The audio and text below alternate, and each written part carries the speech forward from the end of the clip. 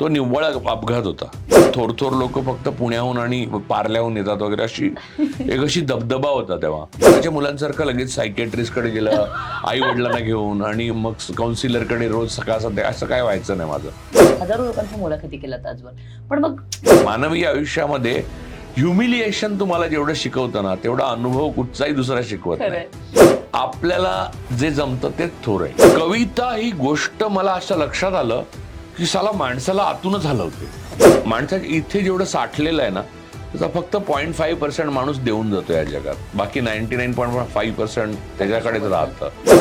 हे असं काहीतरी घडलं होतं आणि खूप मजा आली होती, किंवा मी अंतर्मुख झालो होतो, किंवा मला खूप शिकायला मिळालं होतं, मी व्यक्ती म्हणून समृद्ध झालो होतो, असं काही. माणूस कशानेही बदलत नाही एक्सेप्ट प्रेमाने. बलात्कारापेक्षा गर्भ राहणं हे जास्त धोकादायक वाटतं. आता बोल, बाबांनी बाहेर काढल्यावर भिवंडीला मी लूम्स चालवायचो एका मारवाड्याच्या. म्हणजे आता मी फक्त लक्झरी अनुभवायच्या राहिल्यात मला, जे अंबानी वगैरे अनुभवतात ते. सुंदर मुली ह्या वस्तू सारख्या वापरतात हे मला पहिल्यांदा मराठवाड्यात बीडमध्येच कळलं. नमस्कार, मी अश्विनी. चित्रांगणच्या गप्पा मध्ये आपलं मनःपूर्वक स्वागत आहे. मंडळी, आपल्याकडे असं सर्रास म्हटलं जातं, तुमच्या आयुष्यात तुम्ही किती वाचता आणि किती लोकांना भेटता यावरून तुमचं व्यक्तिमत्व घडत राहतं.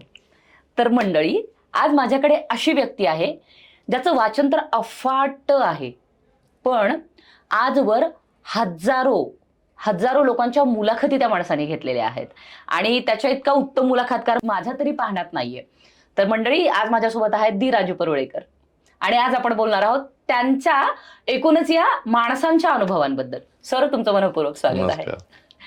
तर येस, पुढे सुरुवात करण्याआधीच पुन्हा एकदा एक नवीन पुस्तक मी तुमच्यासाठी आणले, जे आर्ष पब्लिकेशनचं आहे आणि चंद्रकांत पाटील लिखित आहे. काही लोक काही लेखक. Yes, thank you.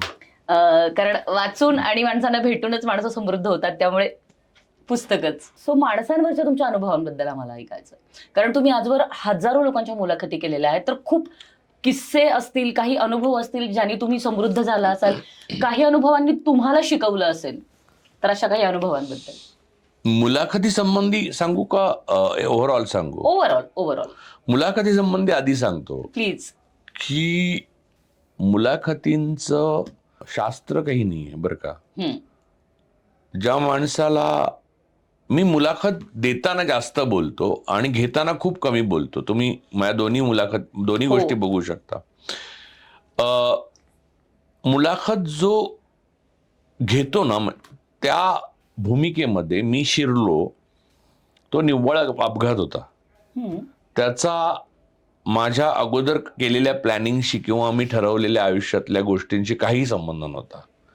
मला कुणाची मुलाखत घ्यायची आहे किंवा मी मुलाखत घ्याव्या एवढ्या लोकांच्या, असं काही नव्हतं. पण मी मुलाखती त्याच्याही अगोदर घेत होतो, त्या प्रिंटसाठी घेत होतो. आणि ऑब्व्हियसली तुम्ही कोणतीही स्टोरी किंवा कोणतेही, मी संशोधन करत होतो तेव्हा, म्हणजे ऊसतोड कामगारांचं, तर तेव्हा ऊसतोड कामगारांशी बोलणं किंवा त्यांच्या संदर्भातल्या अनेक लोकांशी बोलणं हे क्रमप्राप्त होतं. त्यामुळे तशी मुलाखत तर मी घेत होतो. पण ह्या ज्या अशा लाईट लावून वगैरे मुलाखती घेतात ना, ह्या अशा दिवे आणि कॅमेरे वगैरे, माझ्या लहानपणी जेव्हा मी गावाला होतो तेव्हा तर मुलाखत मी बघितलीच नव्हती.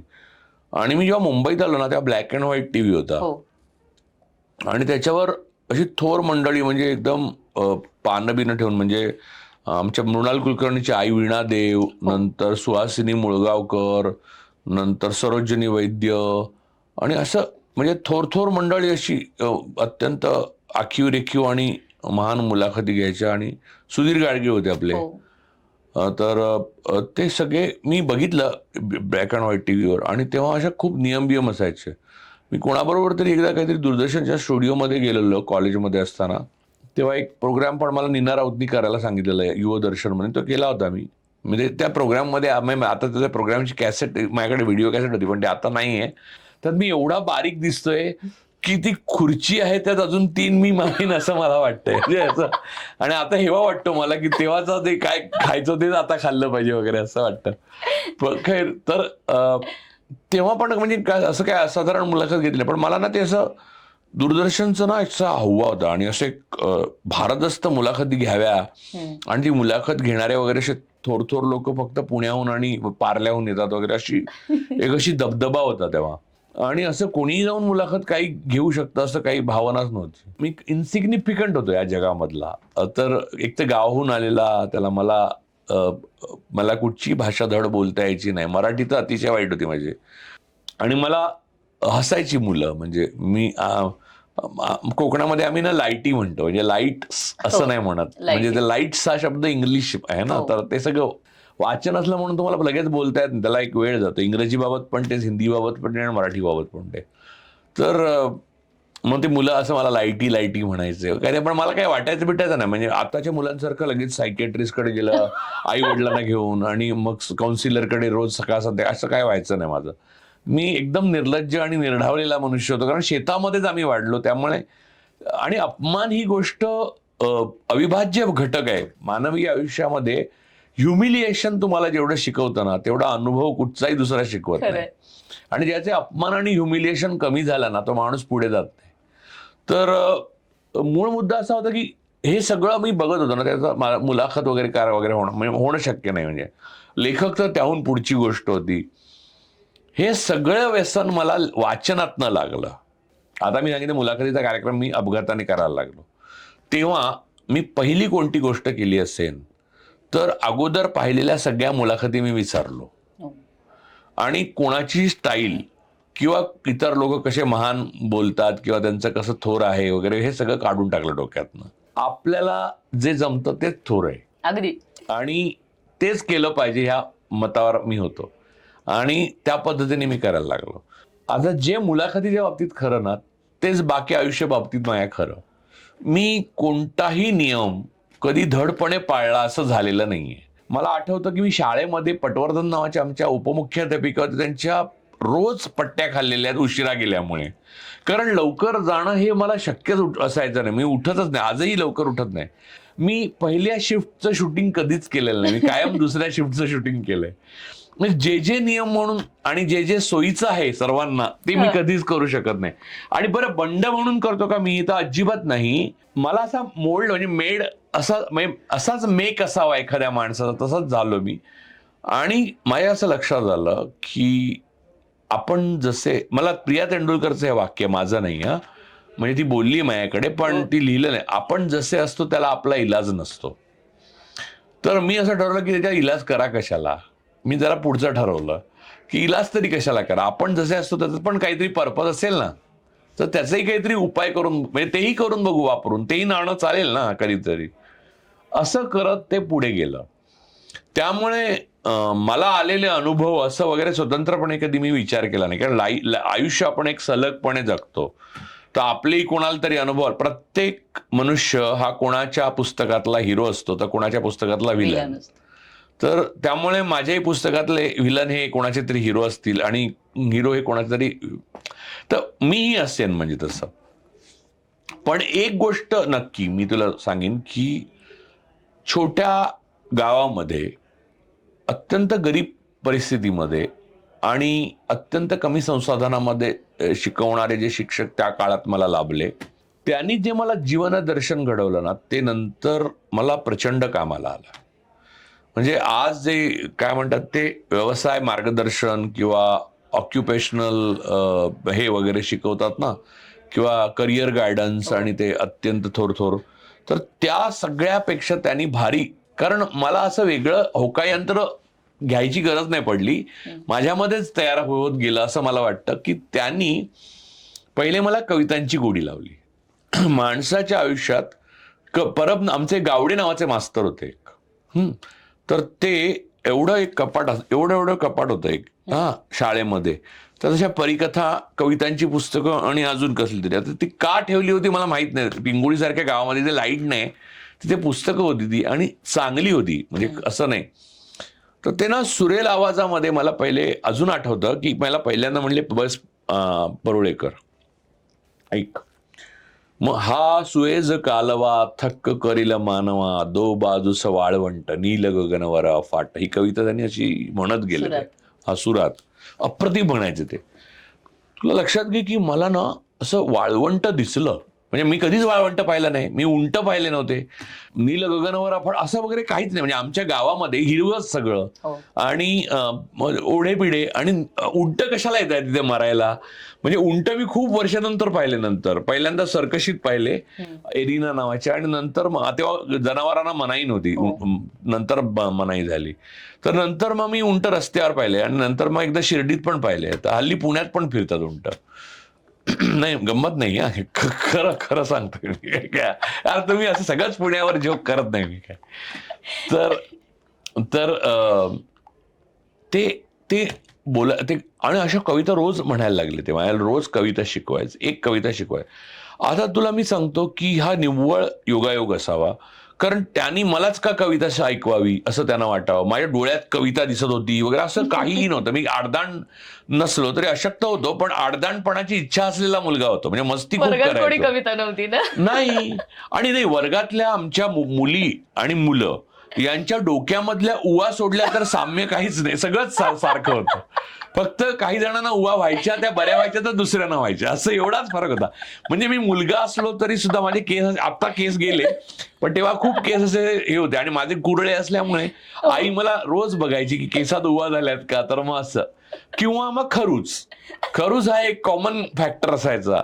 त्यामुळे मुलींबद्दल म्हणजे अनेक वर्ष मला कळायचं ना की मुलींमध्ये आकर्षण का वाटावं, की आपल्यालाही खरूच होते, त्यांनाही खरूच होते, आपल्यालाही उवा होतात, त्यांनाही उवा होतात. तर मग असं काय म्हणजे नाही. आणि आम्ही इतकं खेळायचो ना मुली, आणि आम्ही मारामारी वगैरे पण करायचो, म्हणजे धुळीमध्ये. असं काहीच नाही. म्हणजे आता त्या काळातल्या माझ्या वर्गमैत्रिणी आहेत ना, त्यातल्या काही काही कोल्हापूरला दिल्यानंतर कुठे कुठे राहतात ना, काही कलेक्टर पण झाल्यानंतर शिकले. आणि माझ्या आयुष्यातला प्रत्येक, म्हणजे इव्हन झेव्हियर्स मध्ये नंतर मी पुढे इन्स्टिट्यूटमध्ये गेलो ना, तिथली माझे बॅचमेट जे आहेत, माझ्या ग्रुप मेंबर, त्या ग्रुपचा मी लीडर होतो. ते आम्हाला नंतर सेकंड इयरला काढून टाकलं. ते नंतर कधीतरी सांगेन मी, तुला विचारशील तर ते पण सांगेन. तर त्या पण म्हणजे सगळी माणसं म्हणजे आपल्या आयुष्यात यशस्वी आणि मोठी झाली. ती तशी का झाली हे मला माहित नाही, पण आम्ही ज्या आयुष्याला सामोरं गेलो ना, मला आठवतं की त्यामध्ये माझ्या आयुष्यात अमूलाग्र बदल जर पहिला जर कुठच्या गोष्टीने घडवला तर पहिले गावडे मास्तर, आणि दुसरी कविता.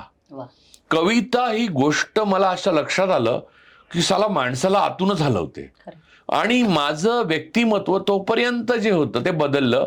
आणि मला असं लक्षात आलं की कविता मग ती पुस्तक मी त्यांना वाचायला मागितलं. मग ते म्हणले की घेऊन जा, उद्या आणून दे. 2 दिवस द्यायला लागले मग मला. मग मी खूप कविता पाठ केल्या. मग ते आजही माझ्या पाठ असलेल्या अनेक कविता तेव्हा पाठ केलेल्या आहेत. नंतर माझ्या लक्षात आलं की कविता, मग ते म्हणले की कवितासारख्या पुस्तकं पण चांगली असतात म्हणून. मग परिकथा दिल्या त्यांनी. मग असं करत करत करत करत करत तर माझा पहिला जो अनुभव असा आहे की त्या माणसाला ना, गावडे मास्तर, आम्हाला 2 मास्तर होते, परब म्हणून एक होते. एक गावडे होते, ते लायब्ररियन होते, आणि ते मला वाटतं एक विषय शिकवत असत आम्हाला. आणि परब ओव्हरऑल सगळे मास्तर होते, आणि ते पोस्टमास्तर पण होते बिंगोळीचे. या माणसांना कोणतंही संसाधन मिळालं नव्हतं, कोणतंही असं मला वाटत नाही की त्यांना काही विशेष दिलं होतं. पण त्यांना असं मूल घडावं, प्रत्येक आपल्याकडे असलेलं असं वाटावं, प्रत्येकाला त्यांनी काहीतरी शिकवलं, आणि प्रत्येक जण आमच्यापैकी काहीतरी शिकली, आणि सगळेजण आपापल्या पद्धतीने शहाणे होत गेले. तर त्यानंतर मी वेंगुर्ल्यात काही काळ राहिलो बरं का. शाळा नंबर 3 होती तेव्हा माझी. ती पण म्युन्सिपाल्टीची शाळा, ती पण अशीच शाळा. पाटी, पेन्सिल, म्हणजे फार काही नाही. पहिलं क्रांतिकारक जर मी काय पाहिलं असेल तर बर्गे सुरेखा स्लेट इथून पुण्याहून आल्या होत्या शुद्ध लेखनासाठी, ज्याने कधीच माझं लेखन शुद्ध झालं नाही. माझं लेखन आणि डॉक्टरांचं लेखन, म्हणजे मी असं काढून दिलं तर तुला मेडिकल स्टोअरवाला औषध देऊ शकतो. तर या प्रकारचं लेखन ह्याने शुद्ध होत असं बाबा आमचे सांगायचे. आणि मला त्यांनी पेन्सिल आणून दिली, आणि फाउंटन पेन होती बघ तेव्हा. सगळे हाताला इथे शाई लागलेली असायची सगळीकडे. गुडघ्याला जखम किंवा खरूज, इथे शाई, आणि आम्ही चिंचोके खायचो खूप तोडून, भाजलेले तोडायचे, आणि ते आतला चिंचोका खायचा, आणि त्याचे टर्फल टाकायचं. म्हणजे वेंगुर्ल्याच्या शाळेमध्ये शिक्षक बरेच होते. म्हणजे असं होतं की ती शाळा नंबर 3 ही खूप, मी आत्ता पण गेलेलो 15-20 वर्षांनी गेलो ना, तर वेंगुर्ला अजून तसंच आहे, आणि ती शाळा पण आहे. म्हणजे तिथे मी आत नाही गेलो, कारण माझं काही लौकिक चांगला नव्हता त्या शाळेत. त्यामुळे जर अजूनही माहिती असेल तर माझी हिंमत नाही झाली पुन्हा जाण्याची. तिथेही शेणाने सारवायला लागायचं. तिथला वार मला आता आठवत नाही, पण पिंगुळीच्या शाळेचा बुधवार मला पक्का आठवतं.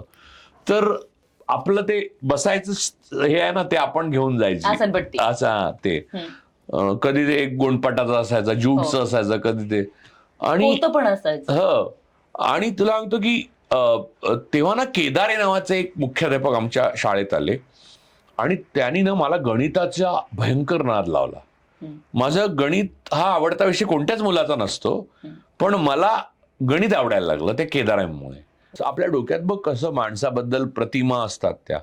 ते जेव्हा पहिल्यांदा आले ना, त्या मुख्याध्यापक होते आणि गणिताचे शिक्षक होते. गणिताचे शिक्षक म्हणजे आम्ही आधीच घाबरायचो किंवा तिरस्कार करायचो त्यांचा. मनपूतच तिरस्कार असायचा. त्यात केदारे सरांना एक घाणेरडी सवय होती, ती म्हणजे असं कफ ते असं घोळवत राहायचे जिभेवर. त्यामुळे त्यांचा अगली वाटायचा फार बरं का. हा मनुष्य पुढे आपल्याला आयुष्यात गणित एवढं चांगलं करून देईल असं कधीही मला वाटलं नाही. हळूहळू बघितलं ना, त्यांनी गणित एवढं सोपं केलं ना आणि रंजक, की मला अजून एक आठवण आहे तेव्हाची, की ऊन आहे ना, ऊन प्रत्येक जसं महिने बदलतात, म्हणजे ग्रीष्म ऋतूमध्ये, हेमंत ऋतूमध्ये, वसंत ऋतूमध्ये, तर वर्षा ऋतूत ऊन तर येतच नाही, कोकणात तर आउट ऑफ क्वेश्चन, पण बाकी ऋतूमध्ये अशी एक रेष काढून ठेवायचो आम्ही आमच्या त्या शेणाच्या जमिनीवर. तिथे ऊन आलं की मधली सुट्टी होणार हे आम्हाला माहित असायचं. ती रेषेची जागा बदलत राहायची. तर ते बघून केदारे सरांनी मला एकदा बोलवलं आणि सांगितलं, तुला भूमिती आणि बीजगणित असं दोन असतात माहितीये का? नाही तेव्हा, कारण आम्हाला एकच अंकगणित शिकवायचे ना, त्यांना माहित असेल, मग आम्हाला कशाला माहित. तर मी म्हटलं नाही. मग त्यांनी मला पुस्तकं दिली वाचायला मोठी आणून भूमितीची. ती वाचून मला खूप मजा आली. तुला सांगतो की तर्कशुद्ध विचार करणं, अनालिसिस आहे ना, ते कार्ल मार्क्स वगैरे खूप नंतर वाचले मी, हेगेल वगैरे फिलॉसॉफर्स नंतर वाचले, खूपच नंतर. म्हणजे मी ज्युनियर कॉलेजच्या अगोदर, म्हणजे शाळेत असतानाच वाचले, पण मी इथे मुंबईत आल्यावर वाचले. ते इंग्रजी तोपर्यंत वाचणं नव्हतं माझं. पण केदारे सरांनी मला पहिल्यांदा तर्कशुद्ध विचार करायला लावला, की हे जे होतं त्याच्या मागे काहीतरी तर्क आहे.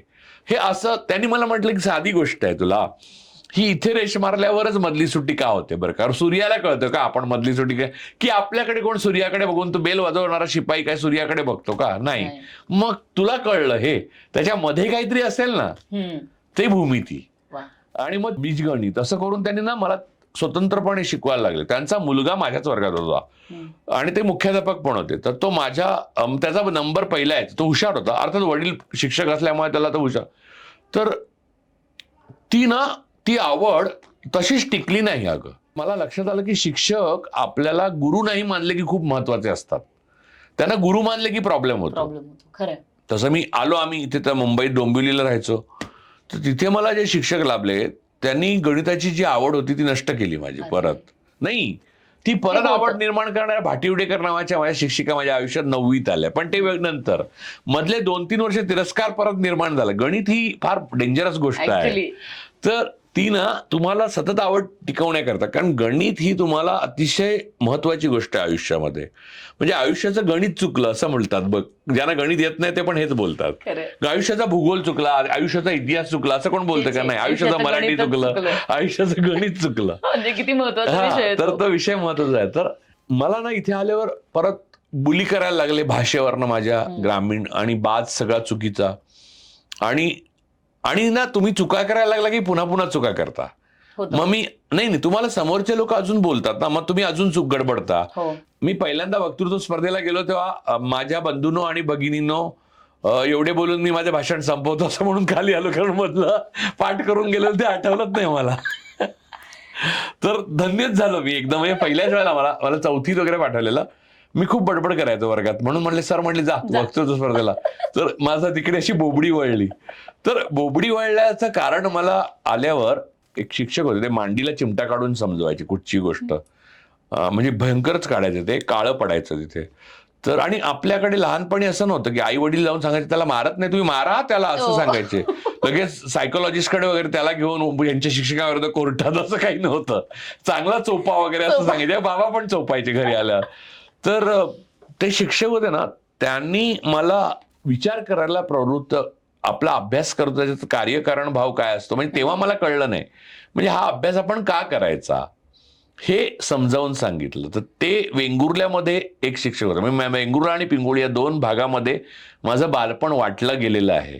आणि तिथले जे अनुभव आहेत ना, मी त्याच्यावर एक अरुण शेवते ऋतुरंग काढतात हो, ना, हो. त्याच्यातल्या एका याच्यावर लिहिलंय, एक वा. एक छोटा लेख लिहिलाय एक वर्षी. पण त्याच्याहून डिटेलमध्ये मी कधीतरी लिहिणार आहे. नक्की लिहा. हा, पण मला ते आत्मचरित्र व्हायला नकोय. हे खूप इंटरेस्टिंग. हा, म्हणजे त्या गावांची चरित्र आहेत, त्या काळाची चरित्र असली पाहिजेत ती. कारण तेव्हा मी लहान असताना, आता मला कळतं की समाजवादी पक्ष जनसंघाचा उमेदवार समाजवादी पक्षाच्या उमेदवाराच्या सायकलवर डबल सीट बसून दोघे मतदानाला जायचे. किती गोड. हा, म्हणजे असं एवढं प्रेमाचं वातावरण होतं. म्हणजे आत्ताच्या वातावरणात तर हे प्लीज लिहा. नाही, आत्ताच्या वातावरणात जे जे शत्रू आहेत त्यांना हे कळत नाही अशातला भाग नाहीये, ते जाणीवपूर्वक करतायत. त्यामुळे झोपलेल्याला जागा करण्याकरता हे लिहिलं पाहिजे. झोपेचं सोंग घेतलेल्याला कसलं जागा करतेस तू, त्यांना नष्टच केले पाहिजेत. तर मूळ मुद्दा हा आहे. मी 2 वर्ष लहान होतो, मला लवकर शाळेत टाकलं होतं. मला शिक्षकच छळू लागले, म्हणजे इतर हुशार मुलांच्या तुलना करायला लागले आणि मी बुजलो आणि त्यामुळे मला काहीच जमेना आणि आपण अत्यंत ढ आहोत अशी माझी भावना झाली.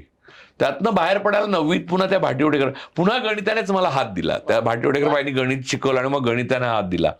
तर मला या सगळ्या सायकलमध्ये एवढं सगळं झिंगट आपल्या बालपणाविषयी सांगण्याची माझी अजिबात इच्छा नव्हती. मी ते का सांगितलं ते सांगतो की सगळ्या प्रतिकूल गोष्टी घडल्या त्यांनी जास्त चांगलं झालं. एक्झॅक्टली. ज्या अनुकूल गोष्टी होत्या ना त्याने मी काय फार शिकलो नाही, त्याने टणक झालो असेल फार तर. पण म्हणजे शिकलो ते मी ते सगळं पडल्यामुळे, आवळ्याच्या झाडावरनं पहिल्यांदा मी पडलो ना, तेव्हा पडल्यावर लागलं तरी बरं होतं हे कळलं मला. कळलं. तसंच सगळ्या गोष्टी, म्हणजे तुम्हाला रॅगिंग केलं, तुम्हाला बुली केलं, तुम्हाला त्रास दिला, नंतर मला शेवटी जर एकदा शिक्षकांनी सांगितले, गोडबोले म्हणून सर होते, त्याने सांगितलं तू 2 वर्ष मागे बसत जा, म्हणजे 2 वर्ष ड्रॉप घे आणि मग ये शाळेत, म्हणजे काय होईल की तू त्या वयाचा होशील आणि मग तुला मॅच्युरिटी येईल. हा, असं म्हणजे अनंत काळपर्यंत माझ्या आयुष्यात पुन्हा पुन्हा चालू राहिलं की मला नीटशी मॅच्युरिटी नाही असं वर्गात जाहीर केलं सासवडेकर नावाच्या बाईंनी. नंतर तळवलकर नावाच्या एक फिजिक्सच्या आमच्या बाई होत्या 9वी मध्ये, त्यांनी असं जाहीर केलं की फिजिक्स केमिस्ट्री बायोलॉजीमध्ये मी नापास होणार आहे म्हणून. तर फिजिक्स केमिस्ट्री बायोलॉजीमध्ये मला वर्गामध्ये सर्वात जास्त मार्क होते. तर माझ्या असं लक्षात आलं की ग्रामीण महाराष्ट्रामध्ये तेव्हापासून आणि बहुजनांमध्ये जास्त विद्यार्थ्यांना जागं करण्याची क्षमता आणि पोटेन्शियल आहे. शहरी महाराष्ट्र आणि जो सुसंस्कृत महाराष्ट्र आणि सुसंस्कृत लोक जे म्हटले जातात शिक्षक, ते एक नंबरचे बोगस आहेत. त्याचा पुढे परिणाम असा झाला की जे दूरदर्शनवर सुसंस्कृत मुलाखती चालू होत्या त्या मी टाळल्या आणि माझ्या पद्धतीने आपल्या असंस्कृत मुलाखती घ्यायला सुरुवात केली. आणि त्यामुळे मला असं सतत वाटायला लागलं की आपण त्या माणसांच्या मुलाखती नाही घेतल्या पाहिजेत ज्यांच्या सगळे घेतात. मी फार रेअर, म्हणजे गोविंदाची घेतली असेल आणि अमिताभ बच्चनची, ते सोडलं तर नटांच्या आणि नट्यांच्या मुलाखतीच मी नाही घ्यायचो. आणि बाकी क्षेत्रातले पण ती माणसं, जी माणसं कोणी घेत नाही मुलाखत, त्यांची जास्त करून घेत राहायचो मी. मला शेवटी एकदा पुण्यातल्या माझ्या मित्राने सांगितलंच की अरे आमची बिल्डिंग तरी सोड म्हणून, बाकी एवढ्या मुलाखती झाल्या की सगळ्या आमच्या बाजूच्या बिल्डिंग मधला एक एक माणूस तुझ्या. आत्ता सुद्धा तुमच्याकडे यायला निघालो तर खाली मला भेटले, ते म्हणले सर मी अमजद अली खान साहेब आलेत तिकडे समोर, तर त्यांना भेटायला आलेलो, तुम्ही माझी मुलाखत घेतली होती. मला माहिती होतं, मला आठवत होतं, पण म्हणजे पुण्यामध्ये या प्रकारची माझी भीती निर्माण झालेली की आता आमच्या बिल्डिंग मधलं सोडून पुण्यावर विशेष म्हणजे मुलं पण नाही, पुण्यात म्हणजे कुठच्याही शहर, पण पुण्यातले लोक असं बोलून दाखवायचे, वोकल आहेत पुण्यातले लोक, बोलके आहेत एवढं. या गोष्टींनी एक महत्वाचा टप्पा माझ्या आयुष्यातला जो शिक्षणाच्या बाबतीतला आहे तो पहिला मुद्दा इथे माझा संपला. आणि मी मुंबई आणि डोंबिवली, ठाणा आणि मुंबई असं आम्ही राहायला जसं बदलत गेलो, वडिलांनी घरं बदलली, मी घरं बदलली, भाड्याची घरात राहिलो. मला एक लक्षात आलं की माणसं तुम्हाला काहीही शिकवत नाहीत, तुमची शिकण्याची क्षमता जेवढी असते तेवढंच तुम्ही शिकता. आणि तुम्ही ज्यांना शिक्षक म्हणता ना तेवढेच शिक्षक असत नाहीत. प्रत्येक माणूस हा शिक्षक आहे तुमच्या आयुष्यातला, फक्त तुमची तयारी पाहिजे शिकायची. आणि अगदी महत्वाचं, मी नेहमी तुला म्हणजे तुझ्या मुलाखतीत पण मी अनेकदा बोललोय की अपमान ना सगळ्यात जास्त शिकवतो, दुःख सगळ्यात जास्त शिकवतं, पडणं सगळ्यात जास्त शिकवतं, सक्सेस तुम्हाला काही शिकवत नाही. म्हणजे आता अमकं ढमकं तुम्हाला पारितोषिक मिळालं, काय त्याने फरक पडणार आहे आयुष्यात? मला तुला सांगतो की मला आनंद ही गोष्ट फार रेअर होते, कारण ज्या गोष्टींनी लोकांना आनंद होतो त्या गोष्टींनी काही आयुष्यात फरक पडत नाही असं मला वाटतं. दिवाळी आली त्याने काय फरक पडणार आहे. सेलिब्रेशन की लग्न समारंभ असा काय करतात माणसं, त्यांनी जसं काही लग्न यशस्वी होण्याची हमीच देत आहेत त्या दिवशी. वैशाली हगवणे प्रकरण झालं, तुम्ही बघितलं त्यांचं लग्न कसं केलेलं. माय गॉड. मी तर उद्योगपती मोठे परदेशात वर्साय आणि फ्रान्समध्ये केलेली लग्न घटस्फोट झाले 10व्या महिन्यात. तर मला एक कळत नाही की हे ज्याच्यात सेलिब्रेशन आहे ना त्याच्यात खोली असते नाही असंच नाही, म्हणजे असतेच असं नाही निदान. आणि हे माणसाला अनुभवच शिकवतात. म्हणजे तू मला स्पेसिफिक विचारशील तर मी स्पेसिफिक सांगेन, अन्यथा मी मोठी तुला सांगितलं, तुम्हाला स्पेसिफिक प्रश्न विचार मी स्पेसिफिक उत्तर सांगतो. माझ्या जीवनावरचा खोल ठसा वगैरे कोणी उमटवलेला नाहीये, त्यामुळे तसं काही विचारू नकोस. तुम्ही आजवर बघा ना, मी जसं सुरुवातीला इंट्रोडक्शन मध्येच म्हणाले की तुम्ही हजारो लोकांना भेटलाय, हजारो लोकांच्या मुलाखती केल्यात आजवर, पण मग त्या माणसांनी कोणीतरी तुमचं आयुष्य संपन्न केलं. आता हे तर तुम्ही तुमच्या बालपणाबद्दल सांगितलं, पण ओव्हरऑल प्रोफेशनल लाईफमध्ये अशी कोणी माणसं आली का किंवा असे यांच्यासोबतचे काही किस्से आहेत का की जे तुम्हाला लक्षात येतात आणि हा या माणसाकडून, किंवा नावं नको घेऊया आपण हवं तर, पण हे असं काहीतरी घडलं होतं आणि खूप मजा आली होती, किंवा मी अंतर्मुख झालो होतो, किंवा मला खूप शिकायला मिळालं होतं, मी व्यक्ती म्हणून समृद्ध झालो होतो, असं काही? विजय तेंडुलकरांनी माझ्या आयुष्यावर सर्वात जास्त प्रभाव टाकला. त्यांच्याबद्दल खूप ऐकायला आवडेल. कर्नाडांनी पण टाकला. हो. त्यांच्यावर मी पुस्तकच लिहितोय, मेमॉयर्स, आणि इतर पण लिहिलंय. म्हणजे प्रिया पण तुमची बरीच क्लोज होती. आणि प्रियाबद्दल पण मी खूप बोलू शकीन, पण म्हणजे मी आता त्यांच्यावर बोलत नाही याच्यासाठी की त्यांच्यावर स्वतंत्र एपिसोड करावे एवढा मोठा विषय नक्कीच आहे. आणि आपण तो करू आपण. मी इतर माणसाची मी तू म्हणते की असं जे पाहण्यात आली माझ्या बरोबर, मला ज्या माणसांनी शिकवलं ना त्यात एक माणसाचं नाव घेतलं तर दुसऱ्या अन्याय होईल. म्हणजे उदाहरणार्थ दिनकर गांगल ग्रंथालीचे, अरुण साधू आता हयात नाही आहेत, नंतर कुमार केतकर, नंतर शारदा साठे, कुमारची आई. मी गंमत सांगतो, कुमार केतकर आणि मी ठाण्याला, आम्ही ज्युनियर कॉलेजला असताना म्हणजे एक छोटी मध्ये गल्ली होती आणि घर होतं समोर. अजून कुमार तिथेच राहतो. आमचं घर इथं जीवन धर्म नावाची सोसायटी होती त्याच्यात होतं. तर मी तिथून चालत कुमारकडे जायचो, सकाळी बसायचो, आणि कुमारकडे हजारो पुस्तकं आहेत. तर माझ्यात आणि त्यांच्यात वयात एवढं अंतर असून, आणि ते संपादक, मी त्याला कुमारच म्हणायला लागलो. पहिल्या दिवशीपासून कुमार म्हणायचो, आणि शारदाला शारदा. त्यामुळे ते तसंच झालं, अजूनही म्हणतो. तर मी त्यांच्याकडे सकाळ पुस्तक वाचत बसायचो, तर संध्याकाळपर्यंत मी पुस्तकं वाचायचो. मी कुमारकडची सगळी पुस्तकं वाचून काढली होती, आणि कुमार काढून द्यायचा. आणि तेव्हा तो मठाचा, म्हणजे मला वाटतं पहिले तो एक्झिक्युटिव्ह एडिटर ह्याचा होता, ऑब्झर्व्हरचा. मग मठाचा मी तेव्हा लिहायला लागलो. इंग्रजीत मी पहिल्यांदा लेख त्याच्याकडे लिहिला होता, एक्झिक्युटिव्ह एडिटर तो होता तेव्हा. तर तेव्हा मी 19 वर्षात होतो. पहिला लेख प्रसिद्ध झाला तेव्हा 19व्या वर्षी. त्याच्या अगोदर मी वाचकांची पत्रामध्ये एक पत्र लिहिलेलं, ते छापलंच नाही माझं गडकरींनी. आणि गडकरी नंतर माझ्याकडे मुलाखतीला आले तेव्हा सगळं यंत्र बंद पडलं म्हणून त्यांना 6 तास थांबायला लागलं. 6 तास नाही, 4 तास थांबायला लागलं. ते आले होते सकाळी 9 वाजता. तर आमच्या मुलाखती 10ला सुरू व्हायच्या. तर मी पहिल्या शिफ्टला तर कधी मान्य करायचो नाही, पण त्या दिवशी असं झालं होतं की माझ्याकडे एपिसोड संपले होते आणि गेस्टना तीच वेळ होती, पण त्यांना 4 तास थांबायला लागलं. त्यामुळे 2 वाजता इंटरव्ह्यू चालू, जेवल्यानंतर इंटरव्ह्यू चालू. ते 4 तास मला असं वाटतं की त्यांनी माझं पत्र नाही छापलं, त्यामुळे त्यांना. आणि तळवलकरांची गमतीशीर आठवण म्हणून, तळवलकर माझ्याकडे इंटरव्ह्यूला आले तेव्हा त्यांनी उभ्या रेगांचा शर्ट घातलेला आणि त्याच्यावर जिटर येतं. तर म्हटलं सर हा शर्ट चालणार नाही, असं तळवलकरांना, म्हणजे तेव्हा तर कल्पना पण करू शकत नव्हतं. महाराष्ट्रामध्ये तळवलकरची केबिन बघून लोक मागे परत जायचे. तर मी सांगायचं शर्ट चालणार नाही. मग काय करू म्हणले, तर म्हटलं माझा झब्बा घाला, म्हणून माझा झब्बा घालून त्यांचा इंटरव्ह्यू घेतलेला आम्ही.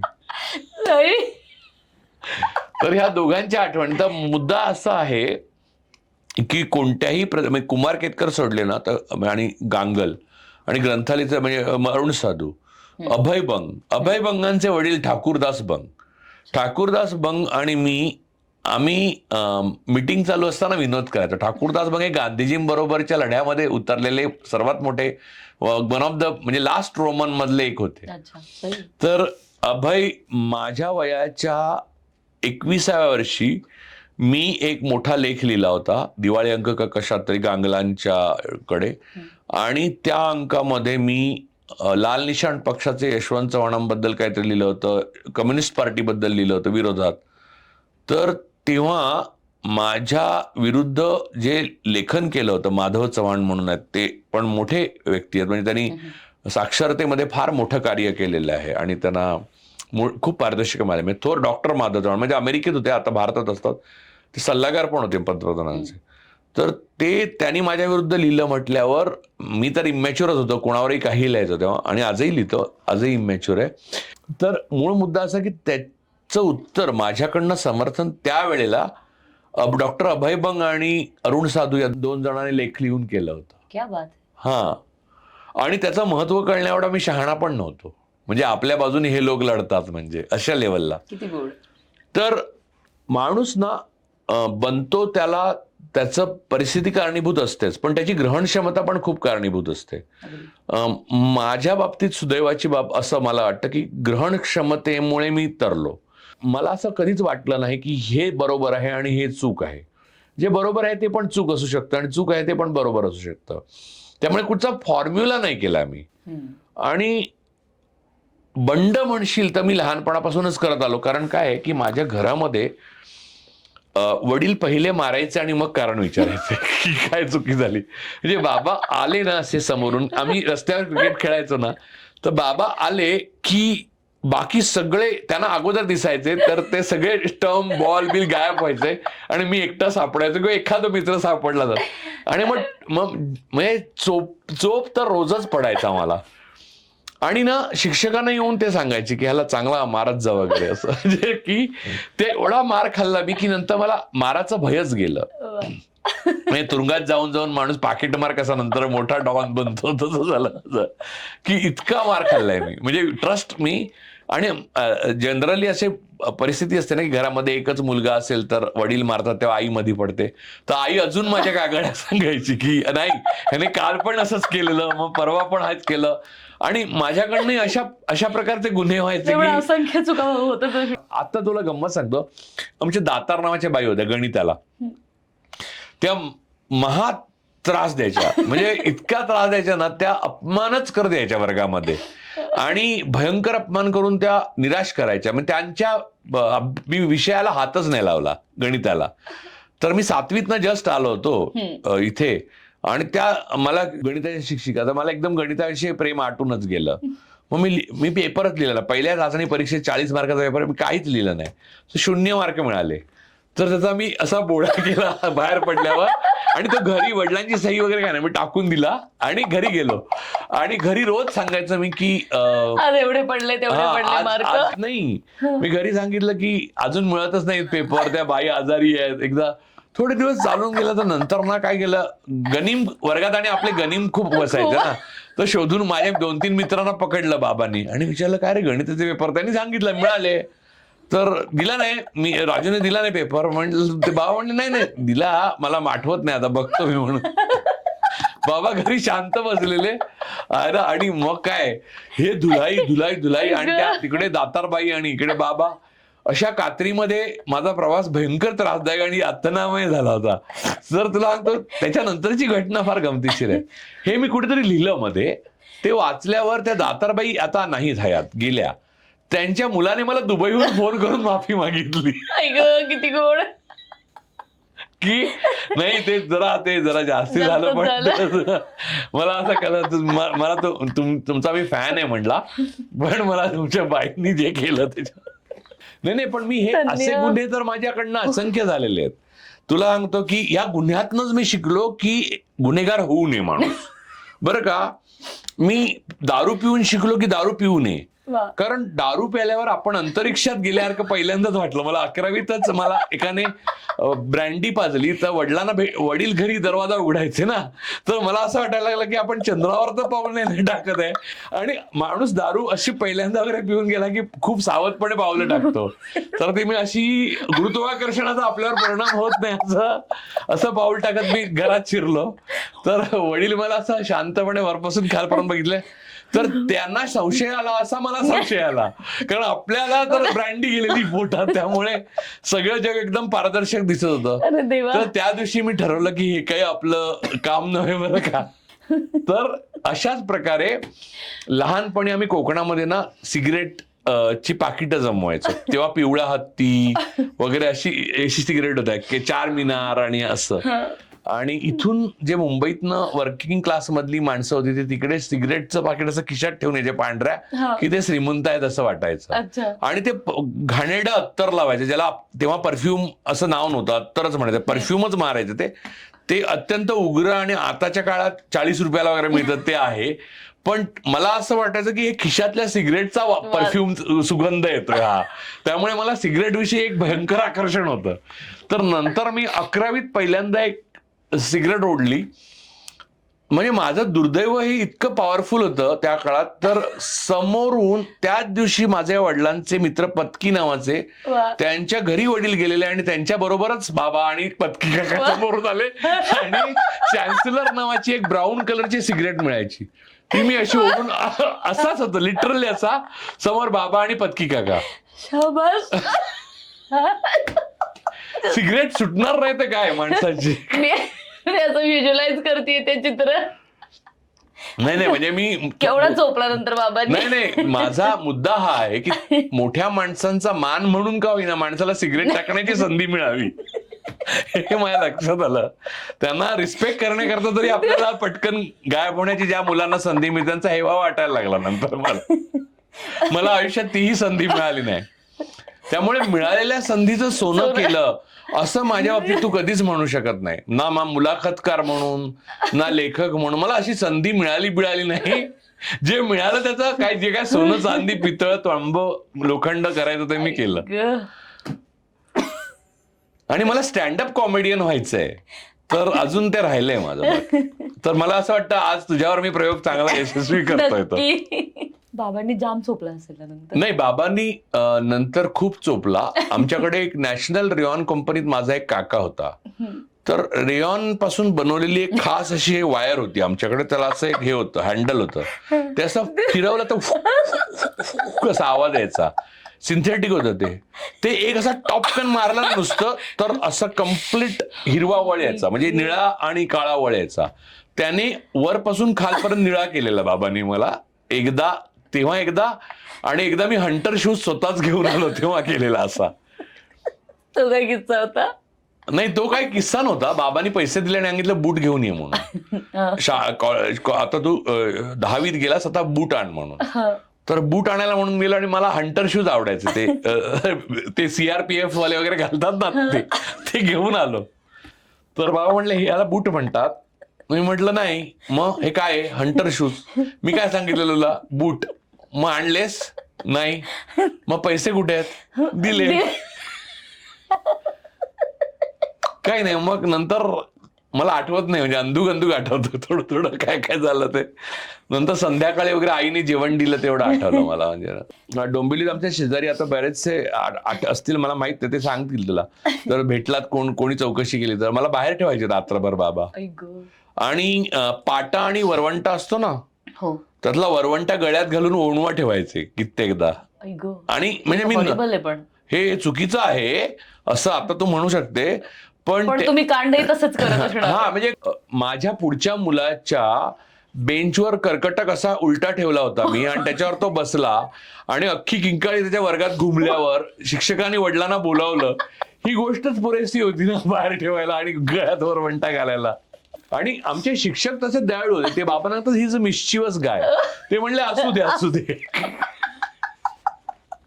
ते असू दे जे काही असेल ना ते काहीच्या काही. पण मला आईला माझ्या नेहमी असं वाटायचं, अरे बाबा तुला एवढं मारतात तरी तुला सुधरत का नाही तू, असं आई मला नेहमी विचारायची. आणि मग तेव्हा आईंच्या लक्षात आलं की मी काही सुधारणार नाही म्हणून. तर तिने मग 60व्या वर्षीच प्राण सोडले.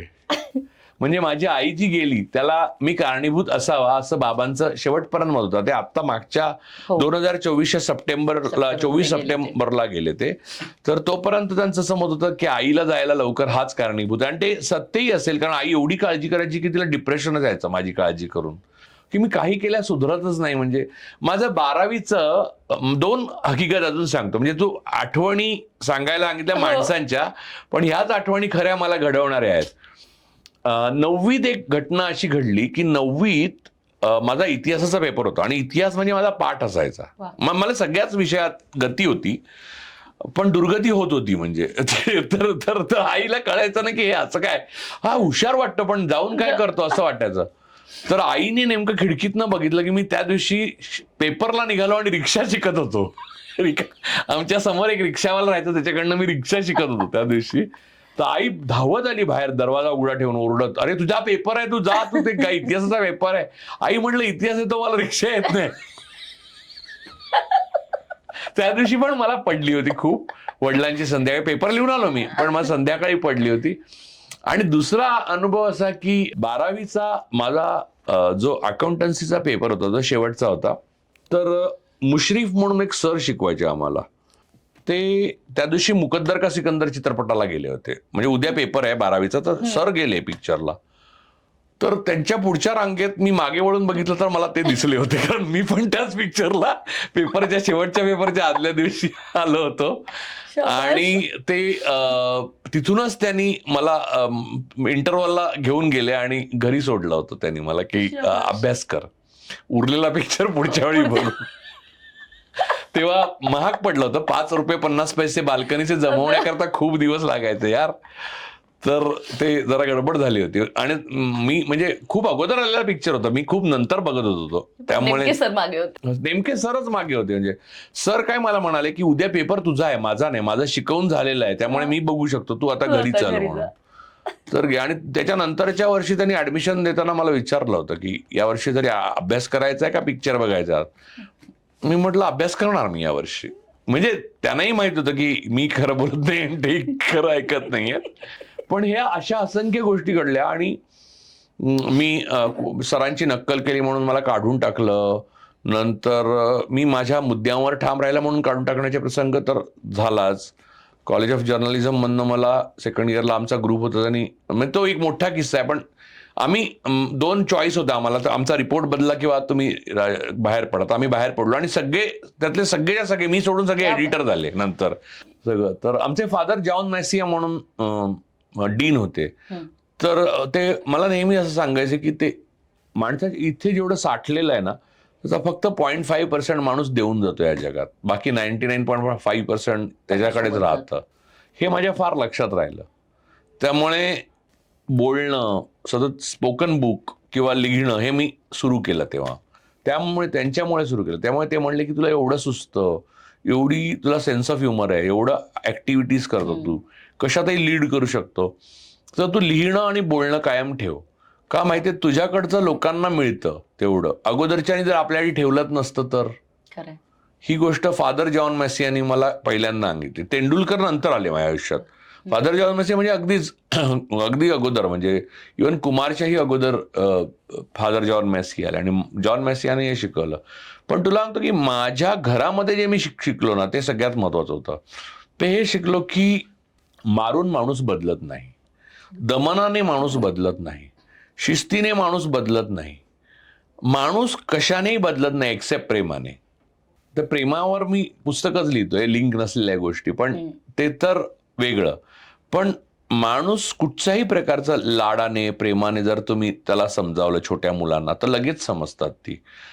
माझ्या वडिलांनी जे माझ्याशी केलं ते चांगलं केलं असं मला वाटतं. याचं कारण असं की ते सहन करण्याची ताकद माझ्यात होती म्हणून मी टिकलो, अन्यथा मुश्किल होतं. पण त्यामुळे मी जसा आहे तसा टिकलो, नाहीतर मी बंडखोर झालोच नसतो. खरं मी जुळवून इतरांसारखं घेणारा मनुष्य ठरलो असतो. म्हणजे माझ्या वडिलांचा माझ्या घडण्यामध्ये खूप मोठा वाटा आहे. म्हणजे तो त्यांना तसं घडवायचं होतं म्हणून झाला नाहीये, तो वाटा त्यांच्या अपघाताने झालाय. म्हणजे त्यांना तसं आवडलं नाहीये. पण असं अनेकदा झालं. UPSCला मी जेव्हा मेन्स पास झालो आणि मी एक सहजपणे झालं, मी प्रिलिम्स पास झालो, मेन्स झालो, मग इंटरव्ह्यूचं जाण्याऐवजी मी फेलोशिप घेतली आणि गेलो. तर त्याच्यावर शशिकांत सावंतने आत्ता एक लेख लिहिला होता या सगळ्यावर, माझ्यावर. तर तेव्हा बाबांनी माझ्याशी बोलणं टाकलं आणि चालता हो म्हणून सांगितलं. तर मी तेव्हा घराबाहेर पडलो. ते मला वाटतं परत मी काही दिवसांकरता घरी गेलो, नंतर गेलोच नाही. 19-20 वर्षानंतर मी साधारण घरी फारसा राहिलोच नाही. पण या सगळ्यामुळे मला खूप शिकता आलं. आणि ऊसतोड कामगारांचं काम करत असताना ऊसतोड कामगारांच्या स्टोरीज, म्हणजे आता हिस्टेक्टॉमी केलेल्या बाया, तुम्ही 800 गर्भाशय, मी तेव्हा गर्भपिशव्या काढणारी स्टोरी तेव्हापासून बघतोय. मी तेव्हापासून हजारो लोकांना, मी मुंडेंना सांगितलं, गोपीनाथ मुंडेंना ही गोष्ट, सगळ्यांनाच माहिती होतं. कारण त्यांच्यावर खोपीमध्ये त्या राहतात, ते ऊसतोड कारखान्यावर. तिथे त्या कंत्राटदारापासून कोण जबरदस्ती करतं काय, मग त्यांना ते म्हणजे त्यांना बलात्कारापेक्षा गर्भ राहणं हे जास्त धोकादायक वाटतं. आता बोल, याहून मजबुरी काय असू शकते? मुलं वाया जातात कारण मुलं परत ऊसतोड काम करत होतात, त्यांना शाळा नाहीत.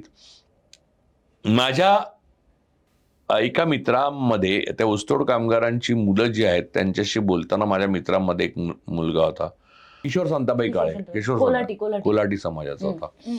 तर तो मला कायम काय सांगायचा की तू माझ्या बहिणीच्या फडावर चल. माझी बहीण अलका, त्या बहिणीचं नाव होतं अलका, ती माधुरी दीक्षित पेक्षा सुंदर दिसते, तू चल. तर मी कधीच गेलो नाही. याचं एक परभणीला राहायचो मी तेव्हा, केरवाडीला. मी कधीच गेलो नाही, पण मला एक कुतूहल वाटायचं की कोण भाऊ आपल्या बहिणीच्या सौंदर्यासाठी दुसऱ्या मित्राला घेऊन जाईल बघायला. मग आम्ही खूप बोलायचो. तो MA सोशिओलॉजी झालेला. आम्ही खूप बोलायचो वगैरे. म्हणजे त्याला गर्वाने सांगण्यासारखी एकच गोष्ट होती, आता हे बहीण सुंदर आहे आणि ती स्वतःचा फड आहे तिचा. पण त्याच्या पलीकडे जाऊन एवढं डीप रुटेड काय आहे असं मला वाटायचं ना. मग आम्ही बोलत राहायचो. मग त्याने मला एकदा सांगितलं आणि ते इतकं दारुण होतं की तो म्हणाला, मला पहिल्यांदा तू माणूस आहेस ज्याचा आदर वाटला. मी म्हटलं का? कारण तू असा मोकळेपणाने मायासारखा किंवा कोणाच्याही घरी जातो, कधी करतो आणि काही झोपतो, काय करतो, आणि तू कोणाकडेही असं बघत नाहीस की त्याचं म्हणजे त्याला थोडक्यात जजमेंटल वासना नाही, जजमेंटल आहे असं. त्यामुळे माझ्या बहिणीला भेटवायला मला आनंद झाला असतं तुला, असं वाटलं. तर मी विचारलं की तुझे वडील काय करायचे वगैरे. तेव्हा त्याने माझी स्टोरी त्याने मला काय सांगितली की मी ज्या शाळेत शिकलो ना, त्या शाळेत त्यानंतर मी कॉलेजला गेलो. मग मराठवाडा युनिव्हर्सिटी होती तेव्हा, त्या मराठवाडा युनिव्हर्सिटीत मी शिकलो, MA केलं सोशिओलॉजी. पण ही गोष्ट फार थोड्या लोकांना माहिती आहे. माझी आई धंदा करायची आणि माझे शिक्षक 2 रुपये देऊन माझ्या आईकडे यायचे. तर कोण माझे वडील हेच मला माहित नाही. त्यातले एक शिक्षक म्हणून होते, त्यांचं नाव मला लावलं. आता या प्रकारचं आयुष्य बघितलंय मी ऊसतोड कामगारांबरोबर. मी अजून खूप स्टोऱ्या सांगेन, पण दुःखाची कहाणी 100 सांगितल्या काय आणि 1 सांगितली काय पुरेशी आहे. तर या सगळ्यांनी माझे डोळेच उघडले आणि माझ्या लक्षात आलं की माझी जी काही शहाणपण, हुशारी, बुद्धिमत्ता जर असेल, नसेलच पण असेल, तर ती पैशामागे धावण्यात नाहीये. ती अधिक ह्युमॅनिटेरियन होण्यात आहे, मानवतावादी होण्यात आहे. एम्पथी आणि कंपॅशन ह्या महत्वाच्या गोष्टी आहेत, सत्ता नाही आणि पैसा नाही. त्या पद्धतीने मोल्ड होण्याचं कारण ही ह्या ऊसतोड कामगारांच्या काळातला घातलेला मी वेळ होता. मी इतकं बघितलंय ना त्या काळात. आणि त्या काळात मी दुसरा पार्ट पण म्हणजे मी सिगरेट 3 पार्टमध्ये सोडली. पहिली ती वडिलांना बघून सोडली, ती सोडलीच. मग या काळात परत ओढली. मग ती मी फेलोशिप संपल्यावर सोडली. आणि नंतर एकदा 2017ला मी एक सहज म्हणून एक सिगरेट ओढली. माझा एक मित्र आहे, त्याच्याबरोबर गेलेलो तर औरंगाबादला आणि अशी ओढली. तिसऱ्यांदा जेव्हा ओढली तेव्हा पहिल्यांदा मला सिगरेटचं व्यसन लागलं. म्हणजे व्यसन म्हणून काय असतं ना, ते लागलं. त्याच्या अगोदरच्या 2 वेळात मी सिगरेट ओढली होती ना, ती अशी कश मारला आणि टाकली आणि मला काय विसरूनच गेलो मी, फॅशन टाइप्स. या वेळेला मला सिगरेट ऍडिक्ट बनवलं मला. रेग्युलर मी 16 जानेवारी म्हणजे 15च्या एंडला ते 18 मी जवळपास मी चेन स्मोकर नाही झालो, पण जवळपास चेन स्मोकर झालो असं समजू शकतो. सिगरेट नसेल तर अस्वस्थ व्हायचं, या लेवलला गेलं. आणि ती सोडण्याकरता मला 15 दिवस घरामध्ये निश्चयाने बसायला लागलं. म्हणजे मला सोडायची असली तरी सोडता येत नव्हती. आणि माझ्या असं लक्षात आलं आयुष्यात की दारू असेल, म्हणजे दारू पण मी अशी गंमत म्हणून खूपदा प्यालो. पण मी कधी आता शेवटची प्यालो त्याला 22 वर्ष झाली असतील. त्यानंतर मी म्हणजे दारू ही गोष्टच नाही पाहिजे, कारण दारू ही हानिकारक आहे. आणि दुसरं असं की ज्या माणसाला अनेकांची गुपितं पोटात ठेवायची आहे त्याने दारू पिऊ नये. आणि दुसरं महत्वाची गोष्ट मला लक्षात आलं की काही सोडता येईल तुम्हाला, सिगरेट सोडणं सगळ्यात कठीण.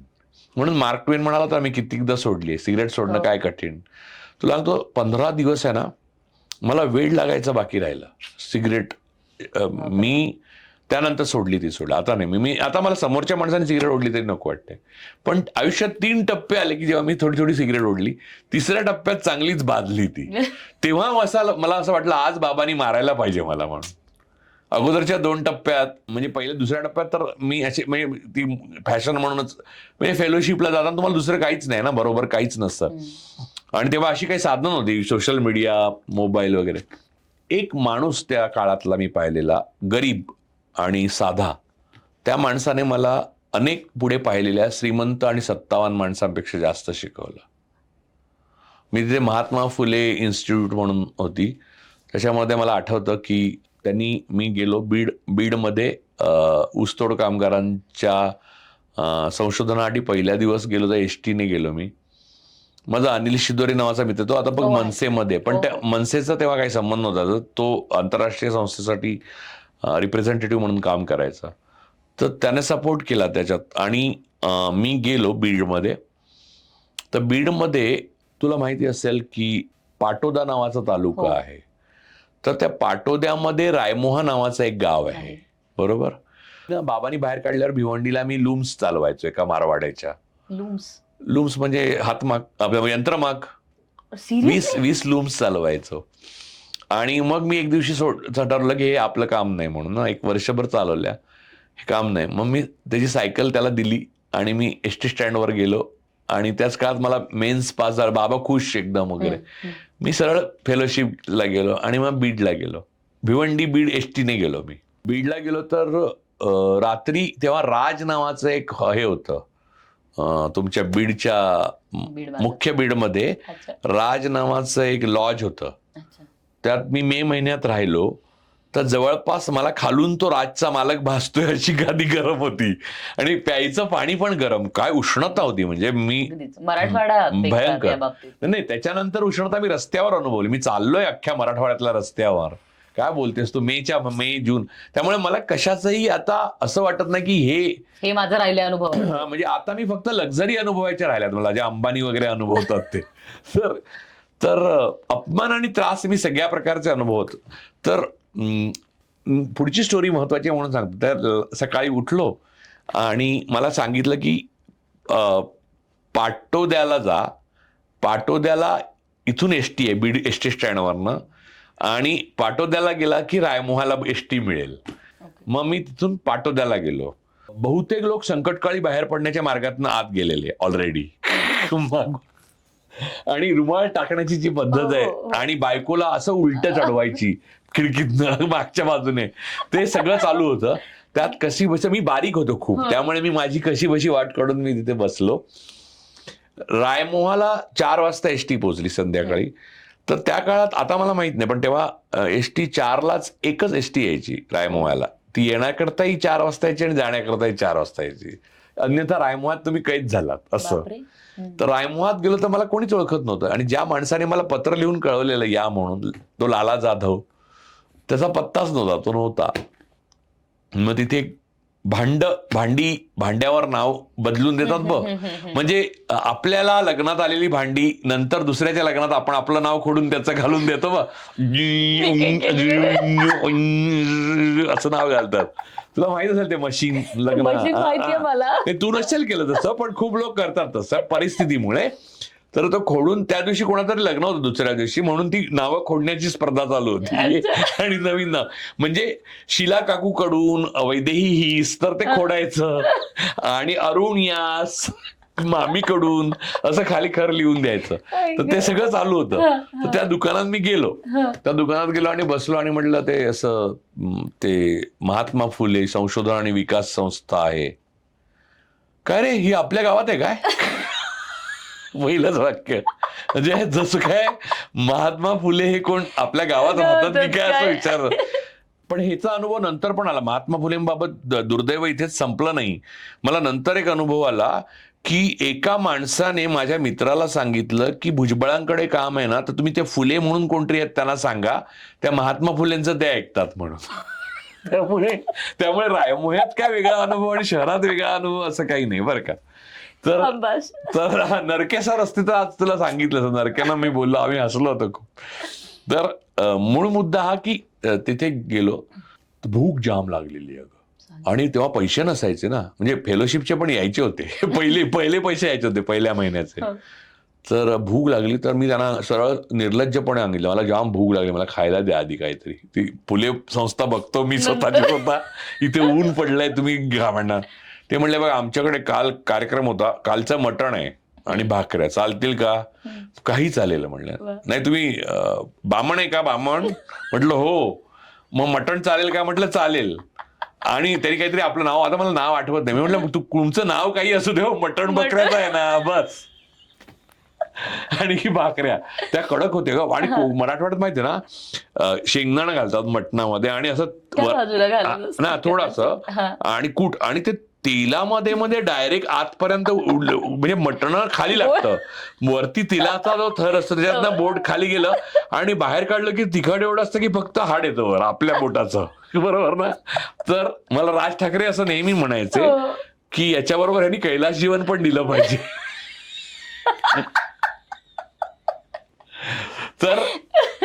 तर ते मटण आणि भाकऱ्या अगं मी खाल्ल्या ना, जीव आला माझ्या जीवात. माहितीये तुला सांगतो, मला काही कळलं नाही ते गरम आहे थंड आहे काय काय काय. ते म्हणले शेळ्या ना भाकऱ्या, म्हटलं जाऊ देव, म्हटले काय कसलं काय. तर नंतर त्या लाला जाधवांचे एक सहकारी आले आणि मग त्यांनी मला सांगितलं की ते नाहीयेत, लाला जाधव 15 दिवसांनी येणार, तुम्हाला राहायची सोय केली वगैरे तिकडे. माझं जेवायची सोय एक MSCBच्या काय म्हणतात डेप्युटी इंजिनियर होते त्यांच्या घरी केलेली, हिवराळे म्हणून त्यांचं नाव. आणि राहायची सोय त्या महात्मा फुले संशोधन विकास संस्थेमध्ये केलेली. ती लोकांना का माहित नव्हती हे मला कळलं. एक असं छान टुमदार घरासारखं होतं आणि त्याच्यामध्ये आतमध्ये मी गेलो तर doctor Babasaheb Ambedkar, Mahatma Phule, Karl Marx, Friedrich Engels, Lenin, म्हणजे वाटेल त्यांचे सगळ्यांचे फोटो होते. म्हणजे जवळपास त्यांना उदबत्त्या दाखवायच्या बाकी होत्या. आणि खाली असंख्य फाईल्स होत्या ज्या कोणीच वाचल्या नसतात बहुतेक. त्यानंतर मी सगळ्या वाचल्या. आणि रात्री मी झोपल्यावर मला कळलं, हे लोकांना फारसं माहित का नाही, कारण रात्री तिथून चिता दिसायच्या बाजूला दशा. हा, तिथे माणसं जाळायची. आज 2 बॉड्या आल्या वगैरे असं बोलणी माहिती तिथे. आणि मला त्या माणसाने सांगितलं तुम्हाला लघवीला जायचं असेल तर तिकडे जा, या बाजूला जाऊ नका म्हणून एवढंच सांगून गेलेला तो. त्या बाजूला का जाऊ नका हे बघायला मी गेलो तर पहिली चिता दिसली. मग ह्या बाजूलाच गेलो मी, त्या बाजूला गेलो नाही. तर ते असं कायम चालू राहिलं. तिथे मी जवळपास 1.5 महिना नंतर अख्ख्या मराठवाड्यात फिरलो आणि बारीक बारीक बारीक बारीक गोष्टी कळल्या. आणि तुला सांगतो की मराठवाडा युनिव्हर्सिटीत अख्ख्या तोपर्यंत कोणीही ऊसतोड कामगारावर काही लिहिलं नव्हतं ग. मी तो अहवाल मी काही यांना दिला नाही, मी तो त्यांना दिला कारण तो फंडिंगसाठी होता. पण ते संशोधन जे आहे ते करताना मला ज्या बाया, जे पुरुष, ज्या मुली, जी मुलं भेटली, लहान वयात लग्न झालेले मुलगे, त्यांच्या बायका, ती ऊसतोड कामगार म्हणून जाणं, लग्नाकडे एक मनोरंजन म्हणून पुरुषांनी पाहणं.